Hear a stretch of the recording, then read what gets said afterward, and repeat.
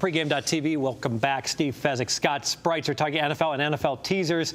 Anyone who's been following these videos knows when I see a team I like -8 or -7.5 and I can tease them down through the 7, through the 3, probably going to be on them. I've already tipped my hand a little bit here. Scott, talking about the Green Bay Packers. You play 6 or 7 point, or do you change it up? I play the 6 is my staple, but I'll go ahead and I'll knock it up to 6.5 points if I can if I need to get through the 3. Yeah, it's one of my favorite plays in any sport. Any time of year would have to be the NFL 2-team 6-point teasers when I could find them, and I like Green Bay in this spot. One of the teams that you're kind of looking at here. First of all, I had them on Thursday night, the opener against Seattle. And it never looked really comfortable with Green Bay, even when they were healthy and it was close and it was 10-10. A couple of times there early on where Aaron Rodgers, it looked like, boy, he's going to be able to pass against this team and keep it close. What really put it over the top against Green Bay, of course, was when Brian Bulaga got knocked out, and he's probably going to miss this game. He's got that MCL situation. I don't mind Corey Lindsley, the rookie out of Ohio State. I don't mind him at center if everybody else around him is healthy. But in this particular game, it's not the Seattle defense they're going to face. Eddie Lacy, by the way, questionable for this one. I'm not sure that hurts them a whole lot here also.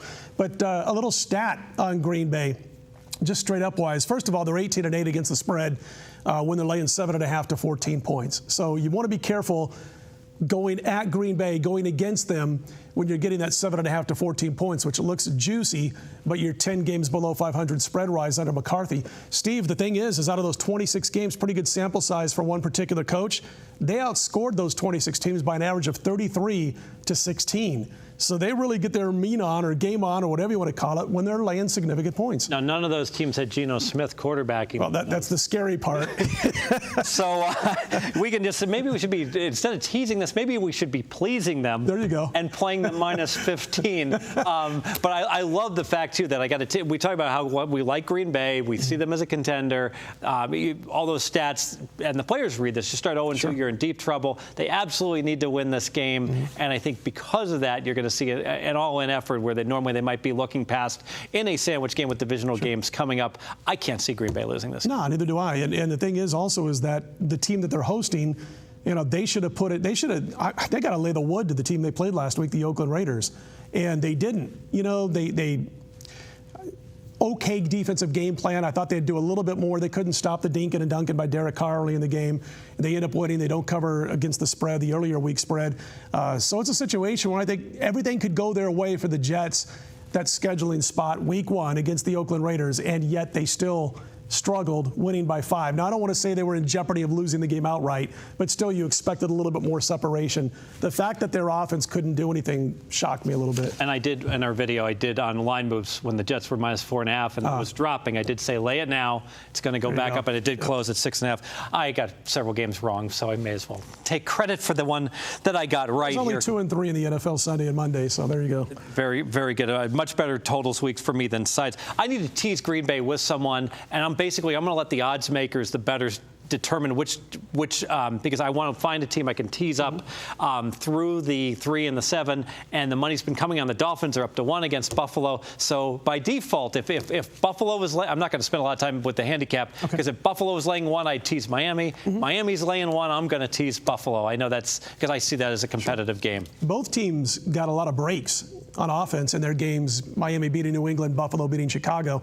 It wasn't as wide of a margin as that 33-20 final score would indicate. But we talked about it on radio last week, Steve, about, Miami just gives Tom Brady fits. Miami should have swept last year's season series. They ended up not sweeping. They split. But the bottom line is they go into last week. They're down early, but they catch a couple of mistakes. They have short field situations. They turn them into points. E.J. Manuel, Buffalo did the same thing against Chicago. But I understand while you're on this, let's make it official. Will do.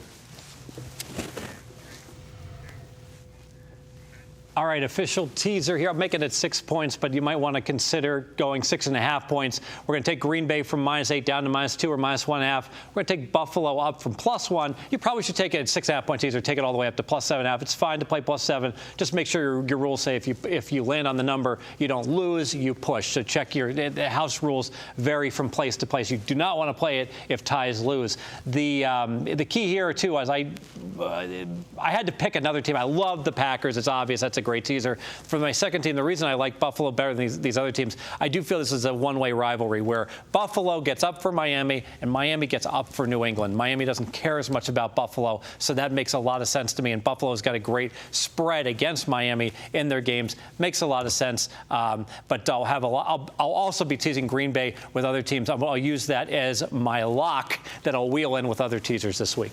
Oh, good stuff. I agree with it. I like both plays, and I'm a big two-team teaser fan, so I might be stealing your two-team teaser this week and betting it myself as soon as we're done here. I was going to really quickly mention one of the things I was asked quite a bit on Twitter is, if you have a 5-0 or a 4-1 week, or you have a 1-4 or 0-5 week, what you got to do.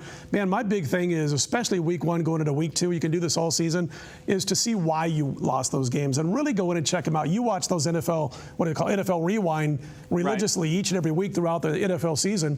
You might have been 1-4, but maybe you were this close and should have been 3-2 or 4-1 or vice versa. So go in and check out. If your handicapping is spot on, but you're just losing with the so-called right side, man, don't give up. Keep at it. And I would say also, if you're beating the closing number, like I put on my page, I had Tampa Bay and at Pick'em, and I had New Orleans at Pick'em. I'm never going to beat myself up over those because if I've got a play that's scalpable by 40 cents or by 120 cents in the case of Tampa Bay, I mean, that's a great play. I'm sorry, I know people don't want to hear that. They're like, you're on the right side of the line. You got to win. I recognize you got to win, though. That's important. But over the long haul. But over the long haul, if you've got Tampa Bay at Pick'em in your pocket, you are going to win. Although, obviously, go back and review all of them. Absolutely. Yes. So agreed. Another week in the books. Pregame.tv. We will be doing videos throughout the week, so check back with our crack team. It's football. Apologies to the baseball purists and fans out there.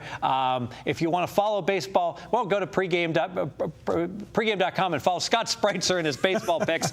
As for me, it's all I can do to follow the NFL and a little bit of college football. Thanks for joining us. Pregame.tv. Stuff.